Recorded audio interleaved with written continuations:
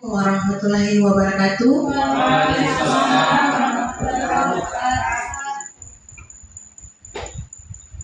Bismillahirrahmanirrahim. Salih sadri wa yasir amri wa bilasana yang kau kauli. Yang saya hormati Ibu Kepala Sekolah atau yang mewakili, yang saya hormati Wakil Kepala Sekolah urusan kurikulum kesiswaan.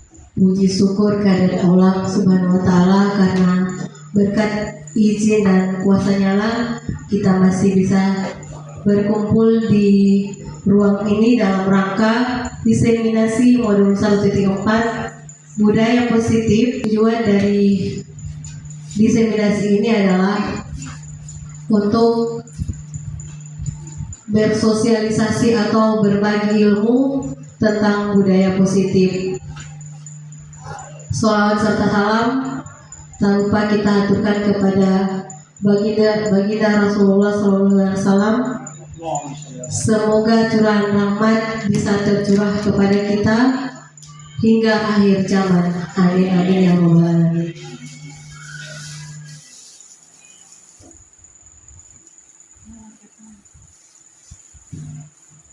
Baiklah, saya lanjut. Jadi di seminasi ini ada budaya positif. Apa yang Bapak Ibu ketahui tentang budaya positif? Ada yang bisa menjawab tentang budaya positif? Apa itu budaya positif? Budaya yang bagus-bagus, yang baik-baik. Oke, silakan Bapak Agus. Ya, terima kasih atas kesempatan yang diberikan kepada kami. Budaya atau kebiasaan, budaya positif berarti budaya yang boleh dikatakan yang baik-baik. Ya, kebiasaan yang baik. Saya kira itu. Mungkin dari teman-teman ada apa? Terima kasih Bapak Agus. Ada lagi Ibu Intan Madinah.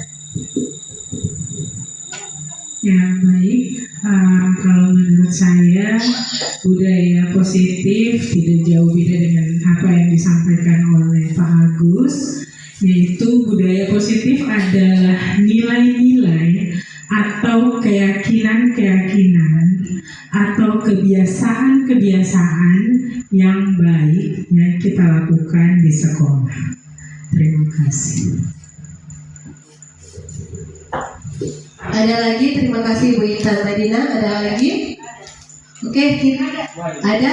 Oke, Ibu Smarni Japar. Terima kasih. Budaya positif adalah sesuatu yang harus disyukuri, walaupun pikiran-pikiran negatif kita itu ada, tapi kita harus bersyukur.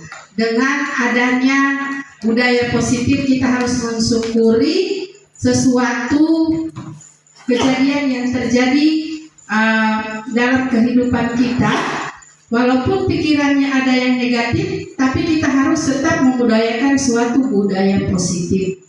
Barangkali itu yang saya penjelasan dari saya. Oke, terima kasih. Jadi menurut Bapak Ibu, budaya positif adalah nilai-nilai yang mengandung nilai kebajikan. Nah, kita lanjut dengan apakah budaya positif telah Bapak Ibu terapkan di kelas atau di sekolah? Silakan Ibu Mary. Iya, baik, terima kasih. Untuk budaya positif ini sudah selalu kita terapkan di sekolah maupun di kelas. Itu contohnya, sebelum kita memulai pelajaran itu kita selalu melakukan atau menyepakati sesuatu kesepakatan kelas. Itu juga menurut saya termasuk dalam dalam budaya positif. Terima kasih. Oke, terima kasih Bu Mary. Jadi sudah ada ya. Jadi yang salah satunya adalah kesepakatan kelas. Ada lagi?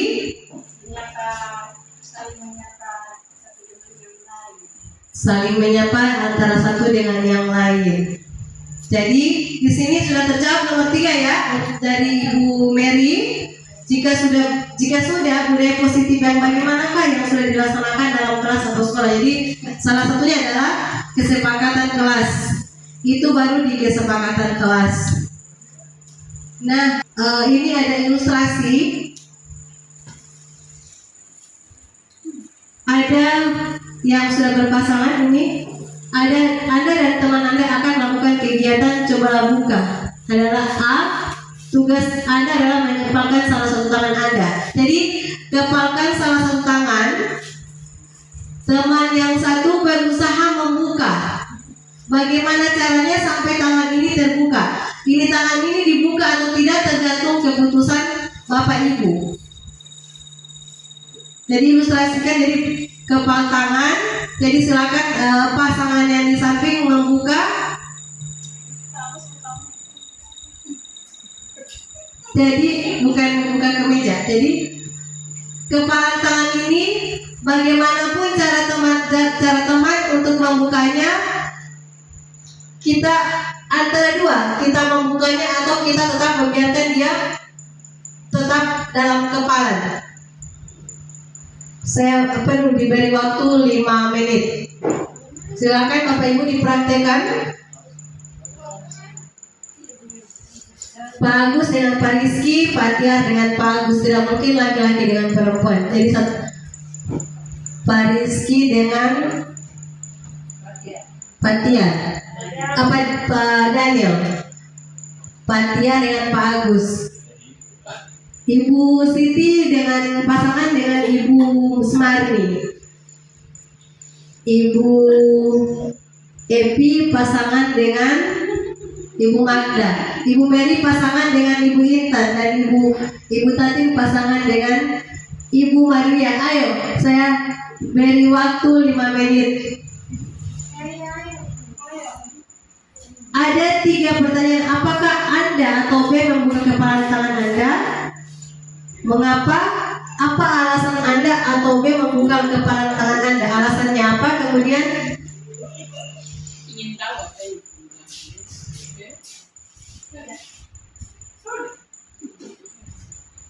sudah? Yang ketiga, sesungguhnya siapa yang memegang kendali atau kontrol untuk membuka atau menutup kepala tangan? Yang nyapa. Yang mengepal ya. Jadi seperti itu kita. Jadi yang mengontrol diri kita itu dari ilustrasi ini, yang mengontrol diri kita itu adalah kita sendiri.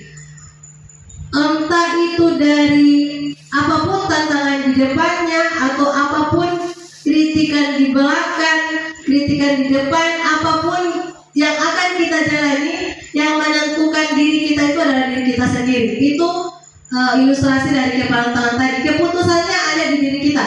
Kalau misalnya kita berpikiran negatif, kata Ibu Usmani, itu tergantung diri kita. Kita berpikir positif, itu juga tergantung diri kita. Jadi berbuat negatif, berbuat positif itu yang mengontrol adalah diri kita. Jadi bukan orang lain. Yang memiliki kuasa itu untuk diri kita itu kita, bukan orang lain. Seperti itu. Nah, seperti itu juga kita kepada murid. Selama ini kita yang mengontrol siswa tanpa memperhatikan siswa juga memiliki kontrolnya sendiri. Seperti itu yang kita lakukan di siswa. Ini ada ilustrasi guru mengontrol murid. Kemudian ilustrasi bahwa semua penguatan positif efektif dan bermanfaat.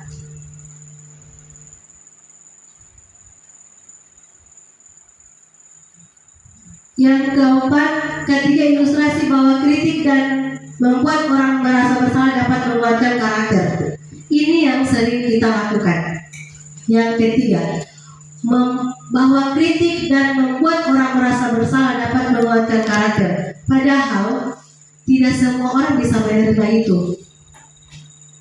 Ada orang yang kita kritik lebih down. Ada orang yang kita kritik dia malah lebih bersemangat. Tapi ada orang yang mentalnya memang kalau dikritik itu dia malah dia merasa jadi orang yang bersalah atau jadi orang yang bagaimana. Jadi ketika dikritik dia merasa bahwa dia orang yang gagal. Jadi kritikan itu ada yang membuat orang termotivasi, ada juga membuat orang merasa gagal. Kemudian ilustrasi bahwa orang dewasa memiliki hak untuk memaksa. Ini juga yang kita lakukan di siswa. Kita paksa siswa harus ikut maunya kita, harus ikut kontrolnya kita, harus ikut aturan kita. Sementara kita tidak tahu apa maunya siswa. Begitu juga dengan yang ilustrasi bahwa merasa bersalah dan menguatkan karakter. Begitu juga dengan siswa. Kalau kita kritik terus, kita apa yang dia lakukan kritik terus, dia merasa gagal, dia merasa tidak berguna. Jadi kembalinya kontrolnya ke guru.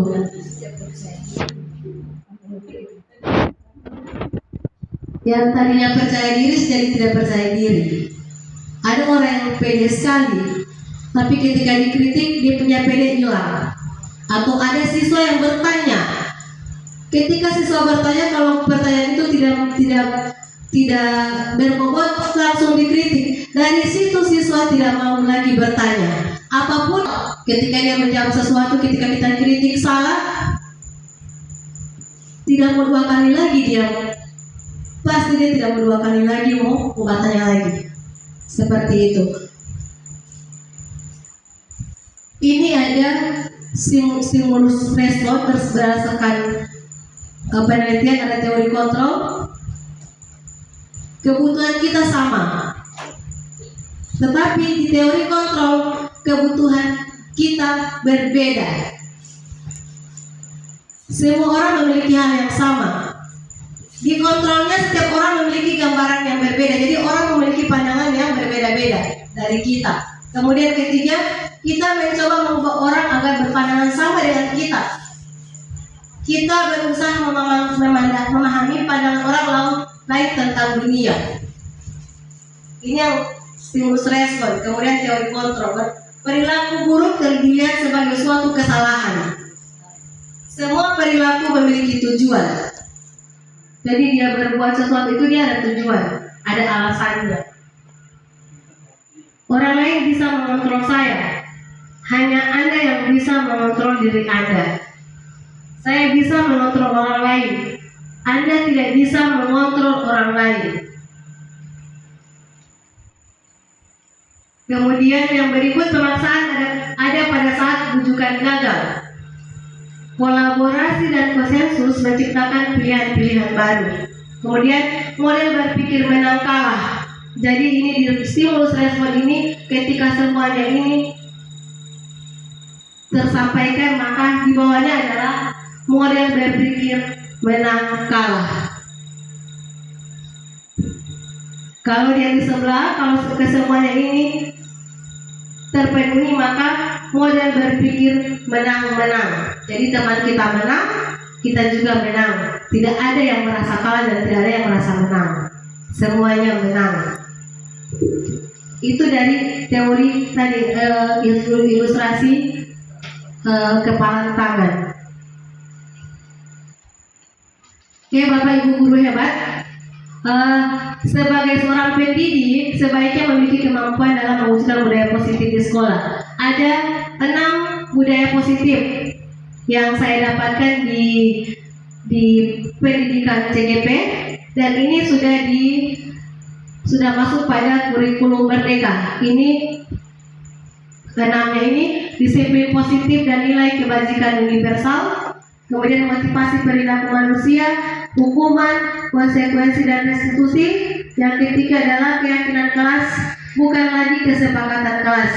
diganti dengan keyakinan kelas atau sekolah. Kemudian 4, kebutuhan dasar manusia dan dunia berkualitas. 5, posisi kontrol guru, dan 6, segitiga restitusi. Nanti di posisi kontrol guru dan segitiga restitusi akan ada video. Lanjut, ini disiplin positif. Semuanya disiplin positif harus berpihak pada murid. Kenapa dia berpihak pada murid? Karena tujuan kita adalah satu, memerdekakan murid. Kemudian sesuai dengan filosofi KD bahwa siswa itu terlahir sesuai dengan kodrat alamnya, sesuai kodratnya dan sesuai dengan kodrat zaman. Jadi kalau siswa kita sekarang dia berada pada kodrat zaman yang era digital. Jadi bagaimana kita memperlakukan siswa itu sesuai dengan zamannya. Lanjut, nilai-nilai kebajikan universal. Yang bagaimana nilai-nilai kebajikan universal? Nilai-nilai kebajikan universal itu tidak ada di aturan, tetapi dia sudah ada pada diri seseorang, ada pada dirinya. Entah dia jujur, dia disiplin, dia bertanggung jawab, dia peduli, atau saling menghormati, itu memang tidak ada di aturan. Memang tidak ada di aturan, tapi itu memang sudah tertanam di diri kita masing-masing, diri kita sebagai guru dan diri peserta didik. Jadi ini memang sudah ada sama mereka. Tinggal bagaimana kita membagikan nilai-nilai itu, memulihkan kembali nilai-nilai itu. Ada siswa yang memang di rumahnya itu ada nilai-nilai tertentu yang mereka sudah pahami, sudah mereka jalankan. Tetapi ketika mereka datang di sekolah, nilai-nilai itu tidak dijalankan. Karena apa? Karena posisi kita sekarang adalah posisi mengontrol siswa. Kita tidak perlu memerdekakan siswa sepenuhnya. Motivasi perilaku manusia. Ada 3 perilaku motivasi manusia. Yang pertama, untuk menghindari ketidaknyamanan atau hukuman. Kita kan kalau datang di sekolah, kita berbuat sesuatu kalau ada hukuman atau sanksi. Saya sebagai pribadi juga melakukan sesuatu itu karena ada hukuman atau ada penghargaan. Sebenarnya hukuman dan penghargaan itu kalau saya pelajari di budaya positif itu adalah salah. Dia bisa membuat seseorang itu tidak nyaman, terbebani. Makanya ada nilai-nilai budaya positif. Kemudian yang kedua, untuk mendapatkan imbalan atau penghargaan dari orang lain. Jadi orang berbuat sesuatu itu karena ingin dihargai, ingin ada penghargaan atau ingin dipuji. Ini motivasi perilaku manusia, memang sudah ada di manusia. Terlepas dari itu, tanpa kita sadari kita memang memiliki ini. Antara dua, kita mengaplikasikannya, kita mengekspresikannya, atau kita menekan. Mendapatkan imbalan atau penghargaan. Jadi kita datang di sekolah ingin dipuji atau takut dengan hukuman atau ada sanksi-sanksi. Kemudian untuk menjadi orang yang mereka inginkan dan menghargai diri sendiri dengan nilai yang mereka percaya. Jadi kita jadi orang lain, bukan jadi diri kita sendiri. Jadi disiplin positif, kalau kita berprinsip ada dengan tidak ada penghargaan, ada dengan tidak adanya hukuman atau sanksi. Kalau kita memiliki nilai positif, kesemuanya ini untuk motivasi perilaku manusia ini bisa kita tekan. Jadi tanpa dihargai, tanpa diberi sanjungan, tanpa dipuji-puji, kita melakukan sesuatu yang baik demi kemajuan sekolah dan siswa. Jadi saya dan teman-teman belajar untuk tidak melakukan hal yang seperti ini karena ini sangat membebani sekali.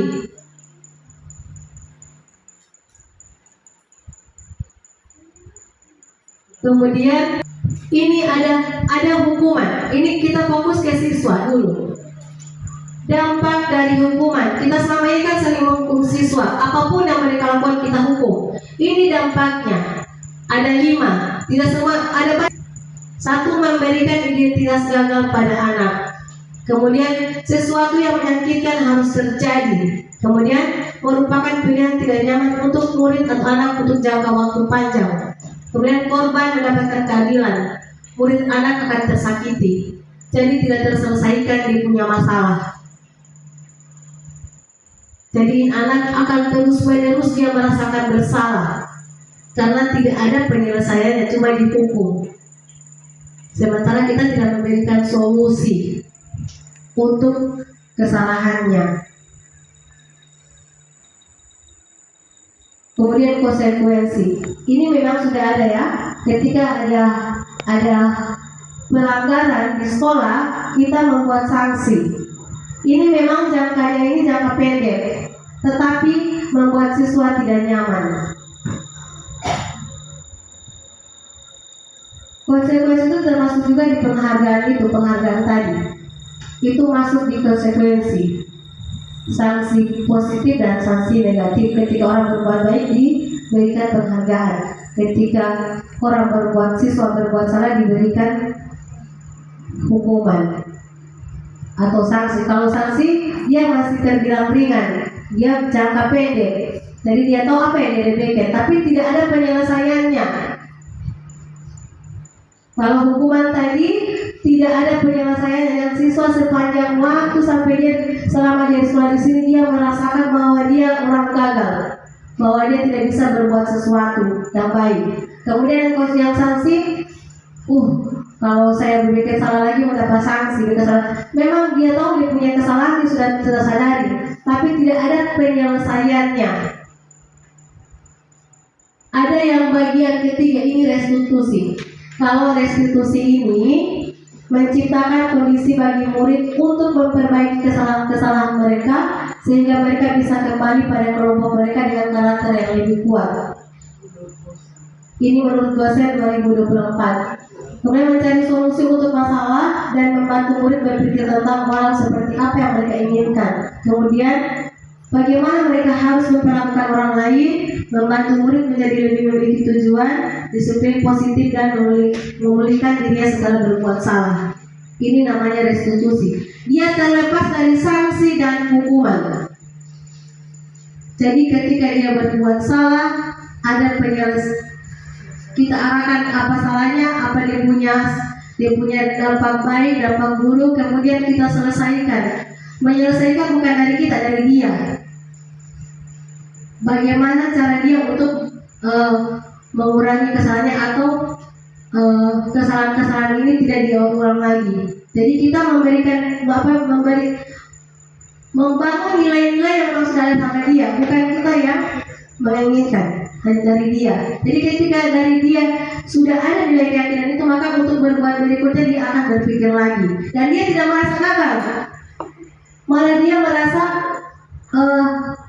ada tugas kita dalam menuntut. Jadi tugas filosofi yang adalah guru menuntut, sudah disitulah menuntutnya kita, itu restitusi tadi.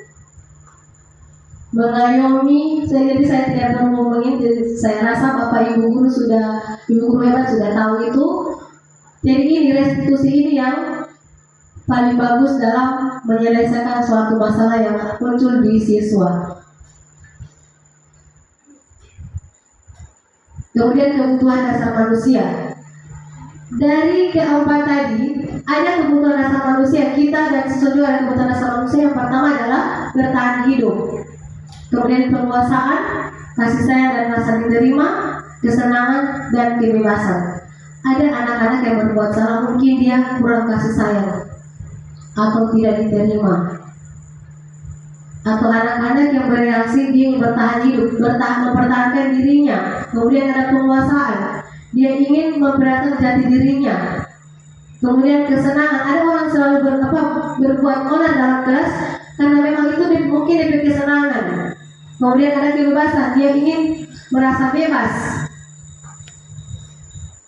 Ini yang ada pada diri kita. 5 dasar kebutuhan dasar manusia: bertahan hidup, kesenangan, kebebasan, kasih sayang dan rasa diterima, dan penguasaan.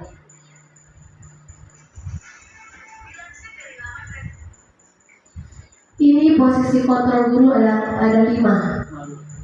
Di sini dari restitusi tadi kita harus menyadari bagaimana kebutuhan dasar manusia itu. Jadi dia menuntut dari restitusi, kemudian kebutuhan dasar manusia harus kita tahu, kemudian ada posisi kontrol guru.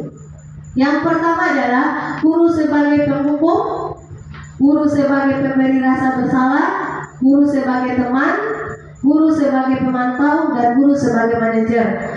Kita berada di lingkup yang mana? Sebagai guru penghukumkah? Sebagai guru pemberi rasa bersalah? Sebagai guru, sebagai teman, sebagai pemantau, atau sebagai manajer? Untuk lebih jelasnya kita lihat video. Posisi teman. 4. Posisi pemantau atau monitor. Dan 5. Posisi manajer. Untuk lebih memahami kelima posisi tersebut, mari kita saksikan kasus Naren yang terlambat hadir 20 menit di sekolah dan melihat bagaimana kelima posisi kontrol dalam menghadapi masalah tersebut.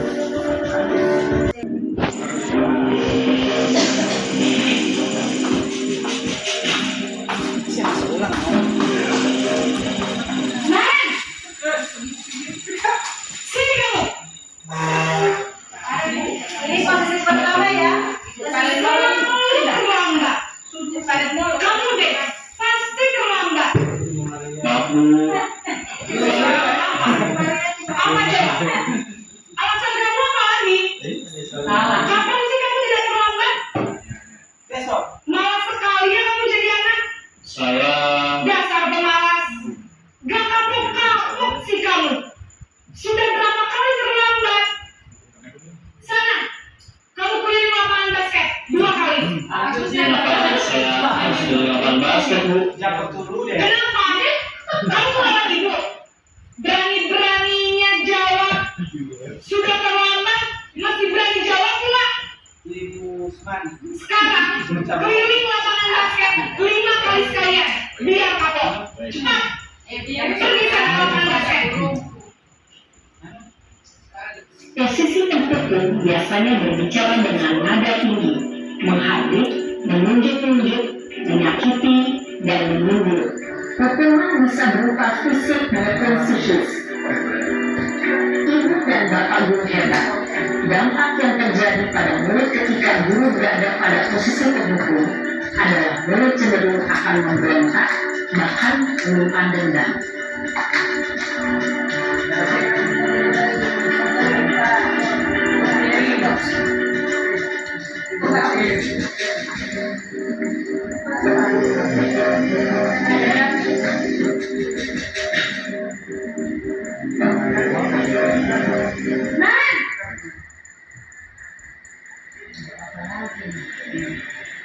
Selamat pagi, Bu.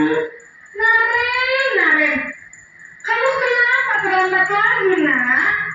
Ya Tuhan, Naren, kamu senang ya bikin ibu susah ya? Kalau kamu terlambat lagi, nanti ibu yang ditegur bapak kepala sekolah, nak. Disangka ibu tidak bisa membina kamu. Duh, gimana ini? Maaf, Bu. Gusti Naren, kamu susah ya kalau ibu tegur bapak kepala sekolah. Terus, sekarang ibu harus tulis apa ini di buku absen? Ini kamu sudah sering terlambat loh. Ibu harus apa coba? Maaf, Bu. Maaf sekali. Ya sudah, lain kali jangan bikin ibu susah lagi ya nak ya.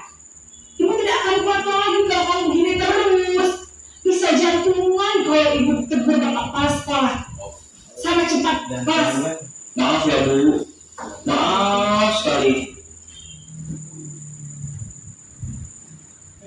Posisi pembuat rasa bersalah berbicara dengan nada tenang, cenderung lembut. Namun kata-kata yang diutarakan membuat murid merasa menjadi orang yang gagal, memandang buruk dirinya sendiri, merasa tidak berharga, dan tidak sanggup membahagiakan orang lain. Ketika guru mengambil posisi pembuat rasa bersalah, murid akan menganggap dirinya yang bersalah dan ia akan menyimpan emosi negatif tersebut di dalam dirinya.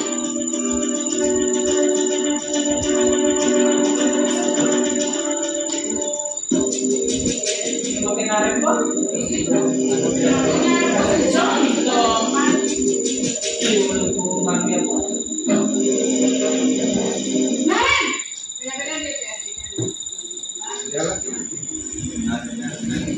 Selamat pagi Bu.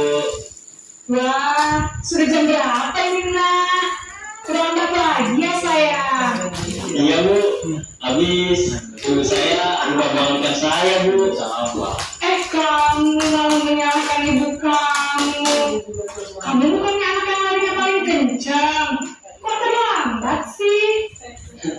Iya Bu, saya memang terlambat bangun tadi. Jadi biarpun saya lari kencang, tetap gak kejar Bu. Ya sudah sana, nanti lain kali larinya lebih kencang lagi ya, biar gak terlambat lagi. Bikin senang ibu, demi ibu, bisa kan? Bisa Bu. Ya sudah sana masuk kelas, ibu beresin urusan absen kamu. Kamu ini ada-ada saja. Kamu mengikuti usaha terlambat dulu. Dorongan eksternal, maka ada faktor ketergantungan dari murid kepada orang tertentu. Di sini guru absennya, sehingga di lain waktu murid bisa berperilaku baik, namun hanya kepada orang-orang tertentu saja.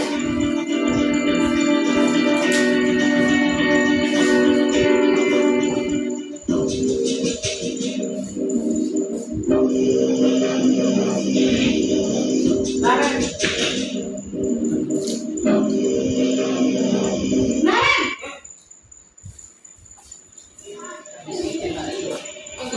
Selamat pagi Bu. Naren, apa peraturan sekolah kita tentang jam berapa kita harus masuk sekolah nak? Kita harus di sekolah jam 7 Bu. Iya betul, sekarang sudah jam 7.20. Naren sudah tahu konsekuensinya jika terlambat hadir. Paham Bu, saya harus tinggal kelas pas jam istirahat selama 20 menit. Iya benar, konsekuensinya demikian. Jadi nanti jam 9.30 pas istirahat, kamu harus tinggal di kelas, kerjakan tugas tambahan untuk ketertinggalan kamu, ya? Baik Bu. Posisi pemantau mengandalkan penghitungan atau data untuk mengontrol murid. Guru mengarahkan murid berdasarkan peraturan dan konsekuensi. Seorang pemantau menunjukkan bahasa tubuh dan ekspresi wajah yang datar dan cenderung formal.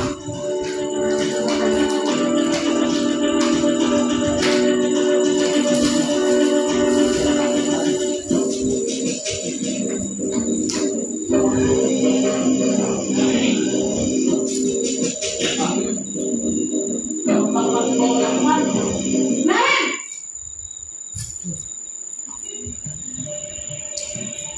Selamat pagi Bu. Selamat pagi Naren.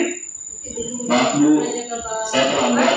Iya, sekolah masuknya jam 7, sekarang sudah jam 7.20.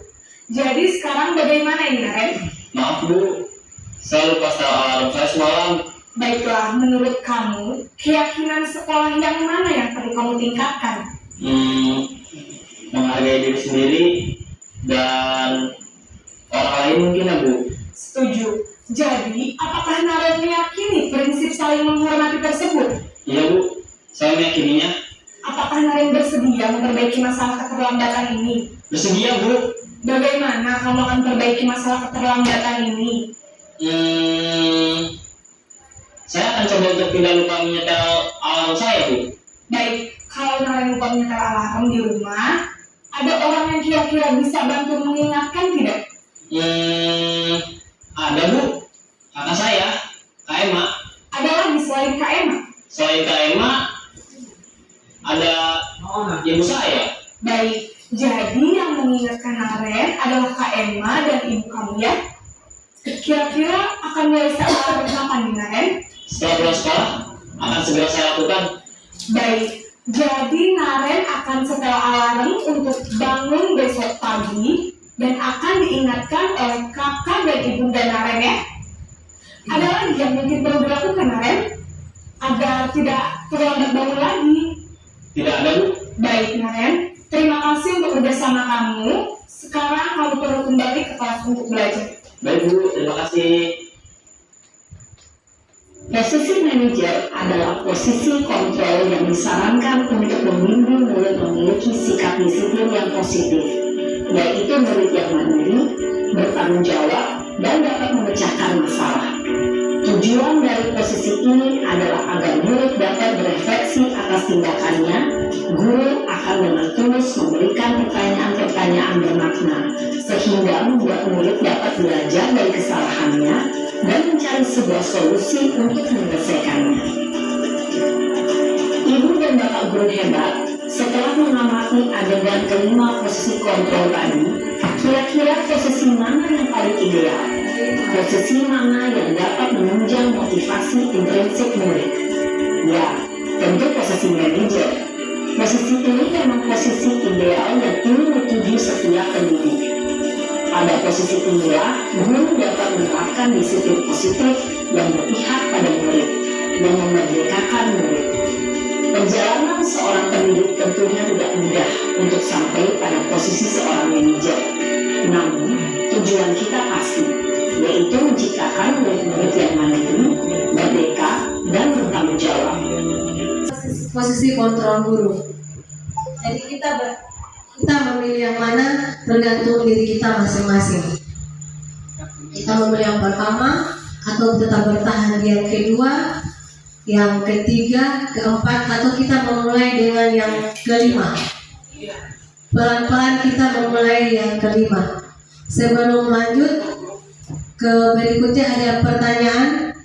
Dan kalau boleh diberikan kesempatan kepada masing-masing mau pilih apa yang mana dan kira-kira alasannya apa. Mau pilih satu alasannya kira-kira apa, pilih dua alasannya apa.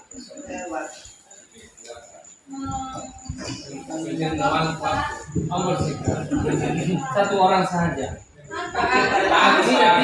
Oke, kalau Pak Agus pilih di posisi kontrol guru yang mana dari kelima tadi? Terima kasih. Saya yang kelima sudah dijelaskan tadi, sudah jelas. Silakan memilih yang satu atau yang dua. Yang memilih yang baik Pak, yang mau diterapkan. So, jadi yang terakhir yang bagus. Ya, terima kasih.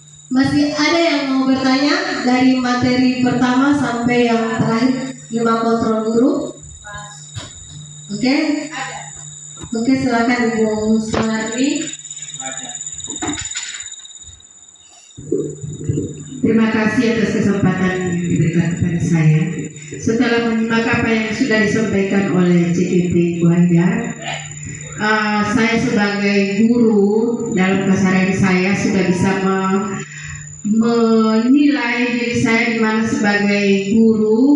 Saya barangkali saya sudah memberikan punishment kepada siswa, dan apa yang sudah saya lihat tadi dari video itu, bagaimana guru yang dicintai oleh siswa, ya.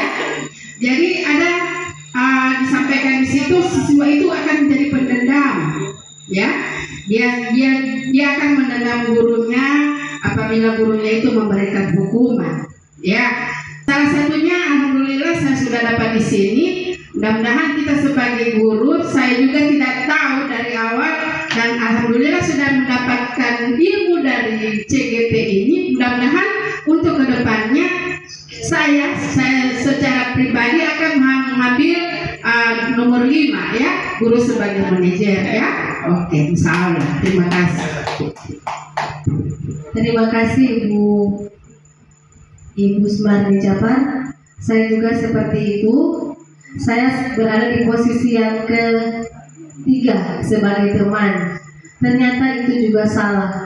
ada yang bisa berhasil, ada juga yang untuk tidak semua siswa bisa menjadi teman. Jadi seperti itu. Lanjut dengan masih ada lagi pertanyaan atau pernyataan?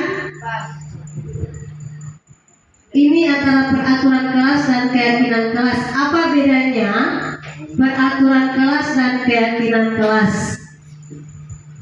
Ibu Intan Fadila. Kalau peraturan kelas itu biasanya sudah kita cantumkan, kita sudah dilarang ini. Tetapi kalau keyakinan kelas itu kita sepakati bersama dengan murid-murid. Begitu juga terdapat perbedaan dalam penulisan kalimatnya. Kalau peraturan kelas itu masih menggunakan kalimat-kalimat yang dilarang, misalnya dilarang membuang sampah sembarangan. Kalau dalam keyakinan kelas kita buat kalimatnya seperti menjaga kebersihan kelas. Jadi kalimatnya lebih positif.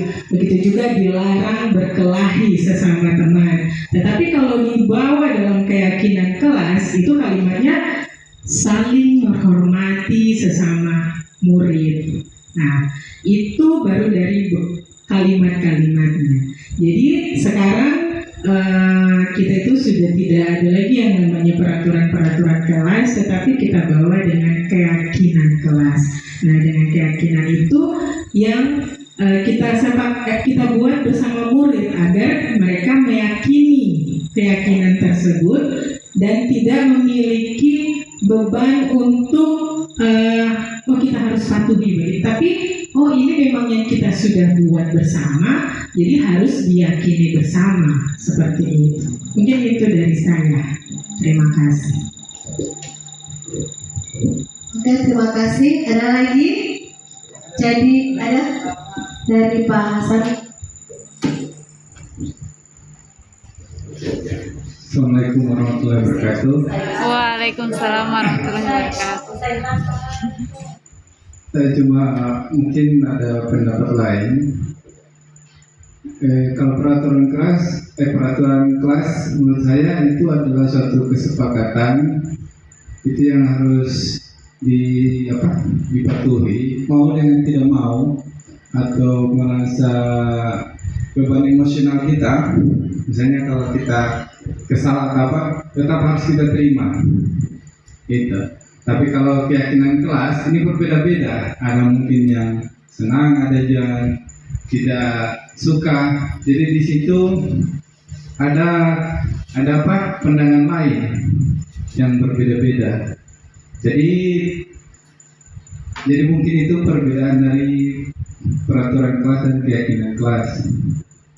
Terima kasih. Terima kasih Pak Husain. Jadi kalau Bung Husain bilang kalau peraturan kelas itu mau tidak mau harus dipatuhi. Kalau untuk keyakinan kelas dipandang berbeda oleh siswa, ada yang mau ikut, ada yang tidak.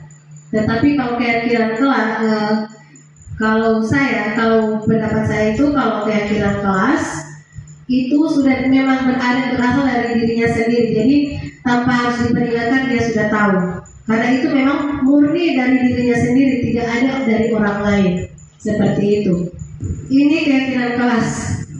Ini bukan dari saya pengertiannya, ini memang dari pakar tentang budaya positif, bahwa keyakinan yaitu nilai-nilai kebajikan universal yang disepakati secara tersirat dan tersurat, lepas dari latar belakang suku, negara, bahasa maupun agama. Ini keyakinan. Dia bersifat universal. Jadi nilai-nilai apa saja itu yang universal? Kejujuran, kerjasama, saling menghormati. Dia memang tidak ada di aturan, dia tersirat. Ini pembentukan keyakinan sekolah dan kelas ini ada aturan-aturannya. Bapak Ibu guru hebat, ini aturan-aturan untuk membuat keyakinan kelas kita nanti di ini. Yang pertama adalah keyakinan kelas bersifat lebih abstrak daripada peraturan yang lebih rinci dan konkret. Kemudian keyakinan kelas berupa pernyataan-pernyataan universal.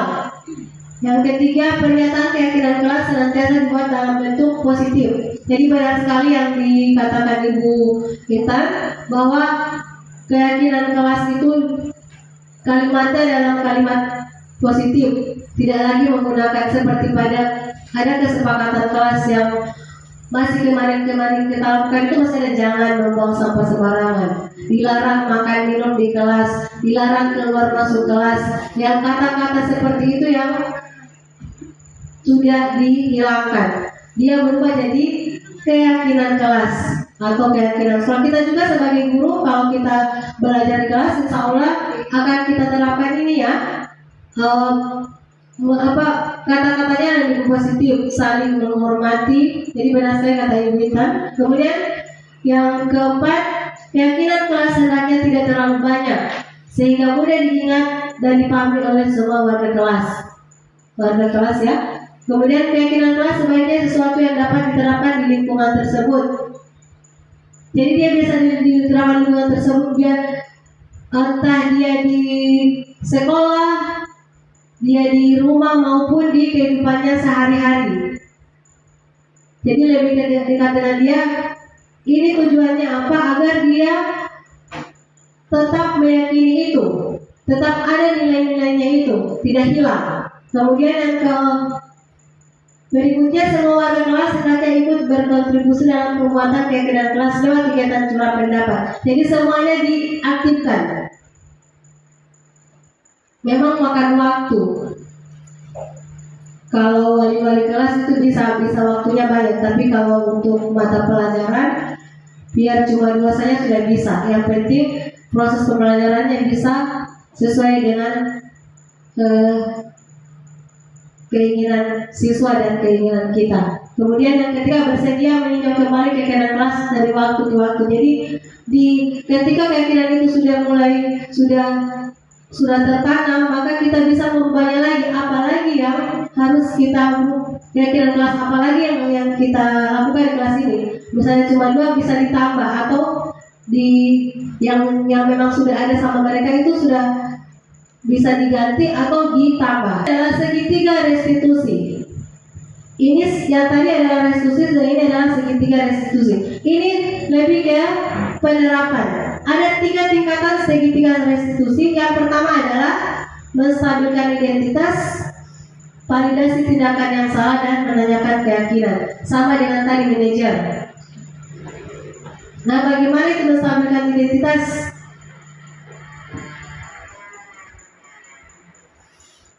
Dengan melakukan kesalahan dapat menjadikan sebagai proses dari pembelajaran. Jadi orang berbuat kesalahan itu adalah proses belajar.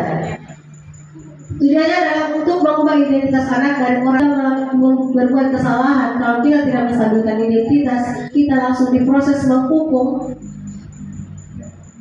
atau sanksi, maka gagal tadi itu akan berlaku. Ini di segitiga restitusi, langkah awal adalah menstabilkan identitas. Validasi tindakan yang salah. Ada kata-kata apa yang bagus kita buat? Contoh, berbuat salah itu wajar. Atau berbuat salah itu, semua orang pernah berbuat salah. Saya juga pernah seperti kamu. Atau ada teman-teman kamu seperti ini. Jadi berbuat salah itu wajar. Setiap manusia pasti selalu berbuat kesalahan. Tidak ada manusia yang sempurna. Seperti itu yang memvalidasi tindakan yang salah. Setelah itu kita lanjut ke yang menanyakan keyakinan. Dari dia berbuat salah tadi, kita akan mencari solusi. Solusinya adalah dengan menanyakan keyakinan. Jadi keyakinan itu tadi macam dicontoh guru sebagai manajer. Jadi dia bertanya terus, semuanya berasal dari dia. Itulah keyakinan.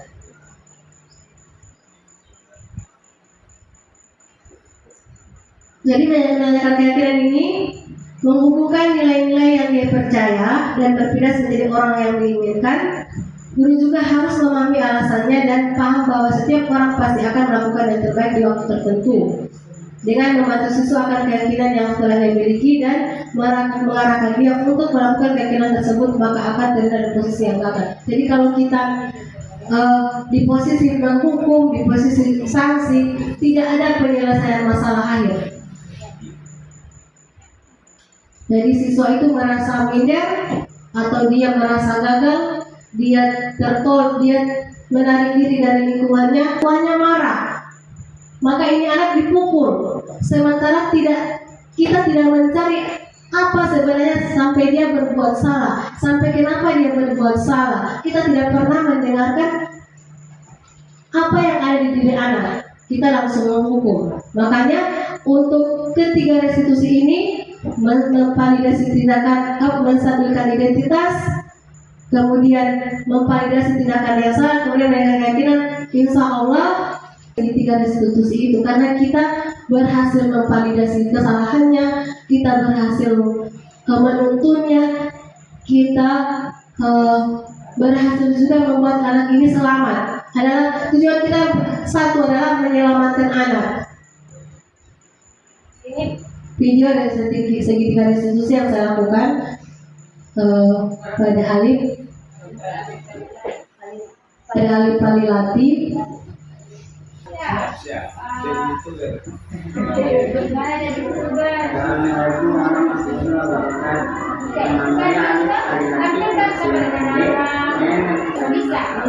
Yang sudah ada saya bilang keyakinan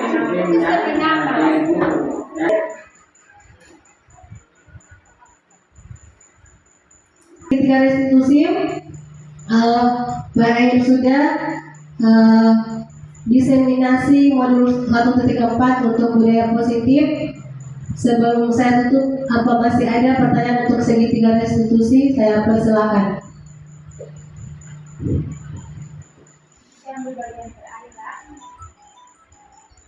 Untuk segitiga restitusi ini perlu kita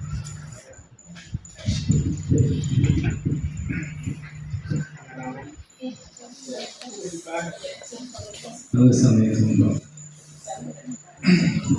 Mungkin pertanyaan saya ini mewakili pertanyaan dari guru-guru seluruh Indonesia. Jadi yang saya tanyakan ini, kita kan punya guru-guru yang dulu kan, yang sudah pengalaman, yang sudah bertahun-tahun dalam dunia pendidikan. Sedangkan ini kan masih baru diterapkan. Apakah kita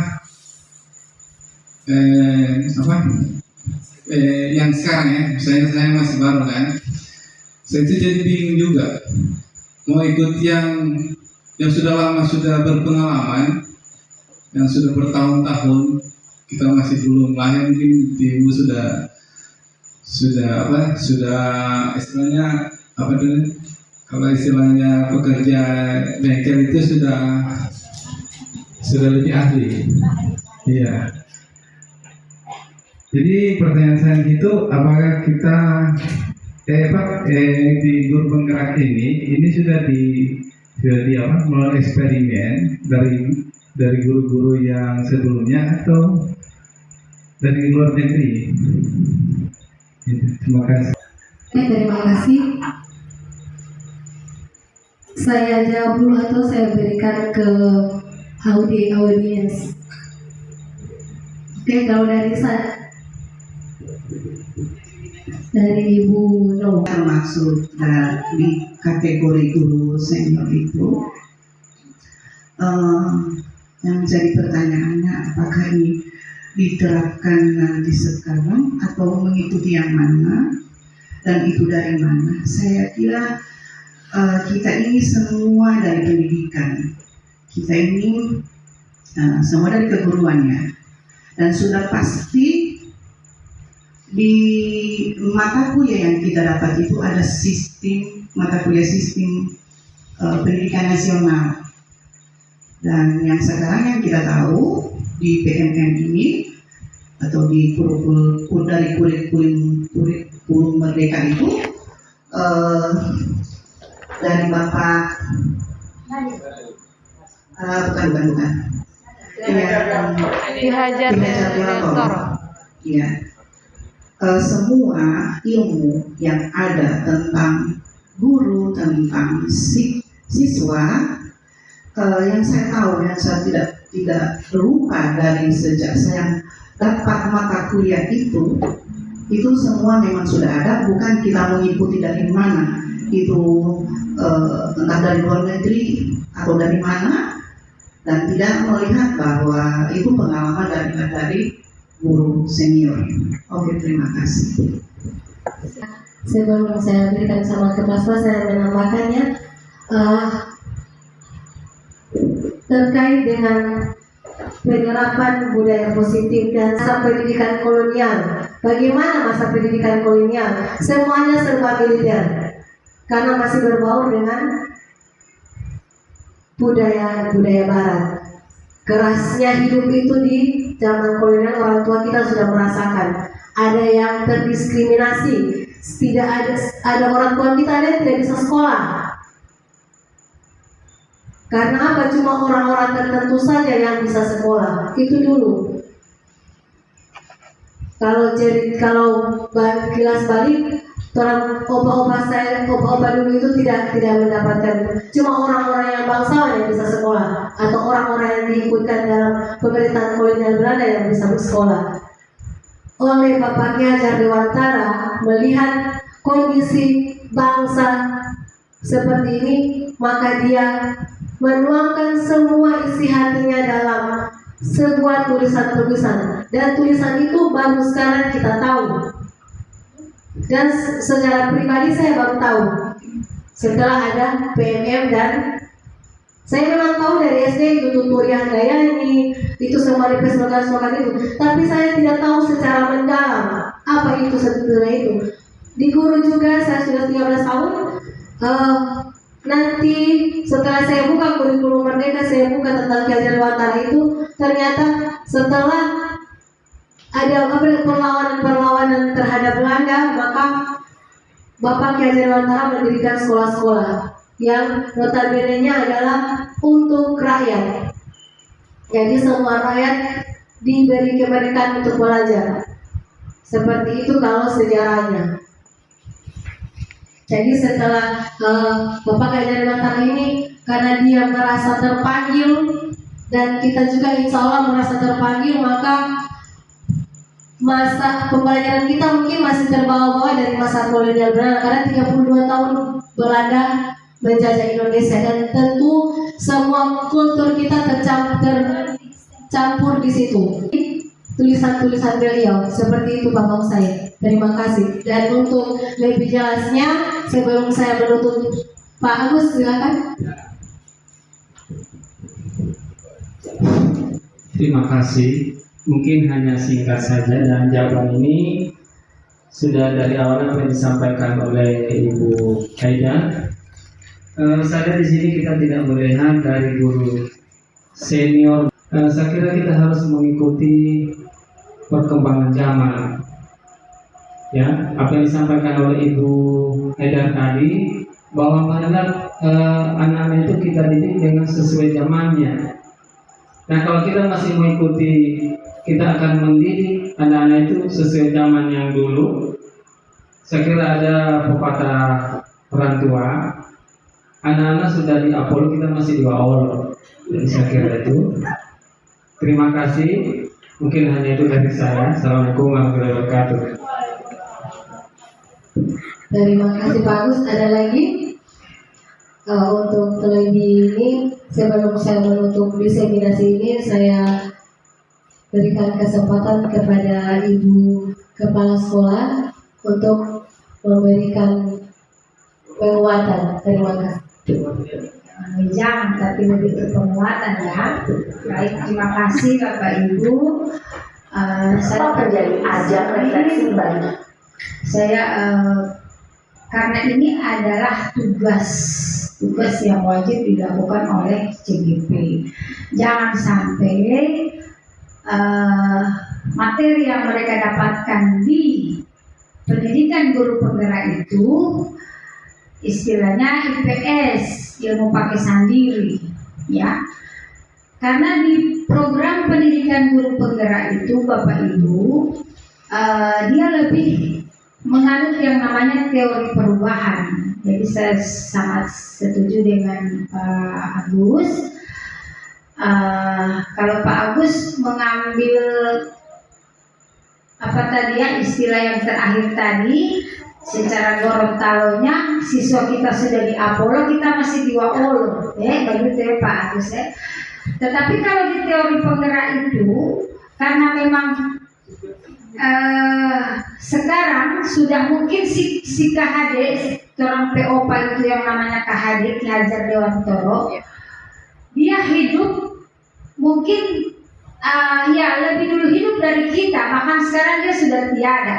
Tapi ternyata memang Indonesia ini kadang kayak orang terbangun dari tidur, ya, kayak terbangun dari tidur tentang pendidikan, apalagi ketika pandemi itu melanda, baru terbuka di situ kita punya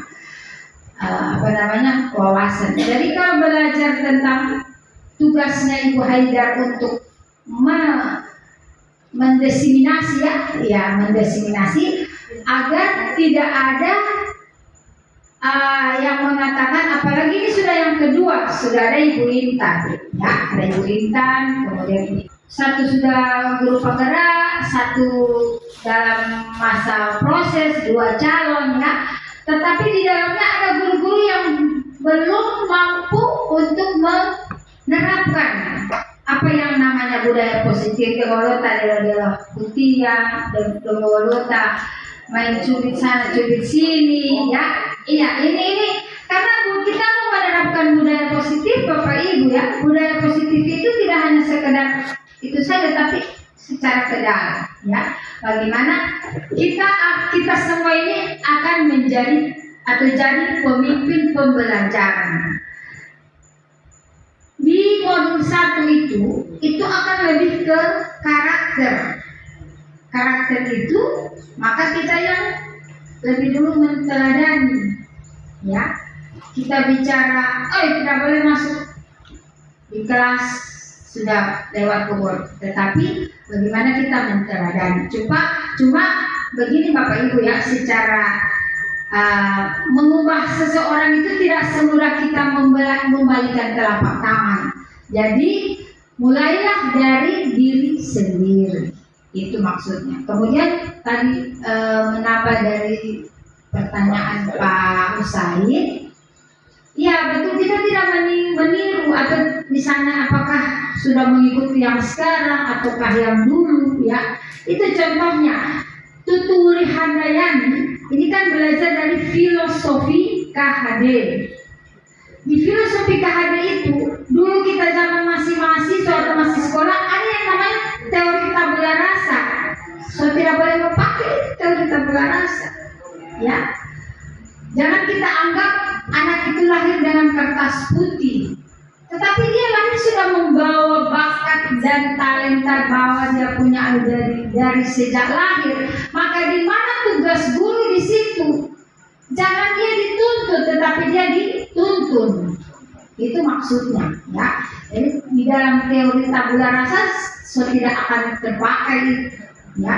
Tetapi kita yakin bahwa anak lahir sudah membawa, ya, talenta, dia bawa bakat.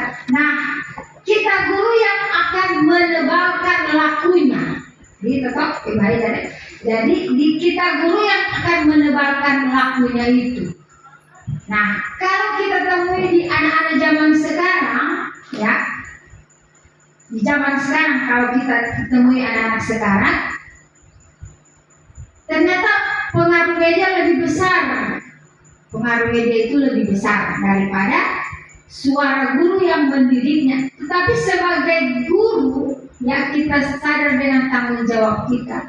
Kita sudah berbuat, kita sudah melakukan, ya, kita sudah melakukan. Nah, pada akhirnya faktor itu bukan cuma di guru yang menentukan nasib anak itu, lingkungan keluarganya, ya. faktor dirinya sendiri.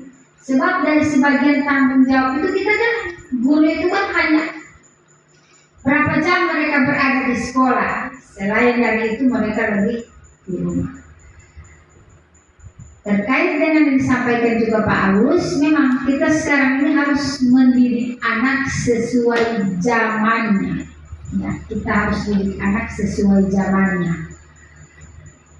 Kalau cuma mau diumpamakan, anak-anak dulu dengan anak-anak sekarang beda. Apalagi di antara kita, ya, di antara kita ada guru junior, guru senior. Bukan berarti guru junior juga mengambil portfolio atau misalnya. Jadi karena sudah zaman, nah ilmu di PGP ini bagaimana kita menyelaraskan, ya, bagaimana kita menyelaraskan antara bagaimana mendidik anak itu. Itu saja di situ rohnya. Kita di PGP itu dia menganut namanya filosofi KHD. Tuturi Handayani, Ingarso Suntulodo, Imalia Mangunkarso, Tuturi Handayani. Jadi itu yang diatur Pak Nusaim. Jadi tidak meniru. Segala sesuatu dimulai dari diri sendiri. Masih ingat kemarin visinya Ibu Haidarto, Bapak Ibu dipresentasikan.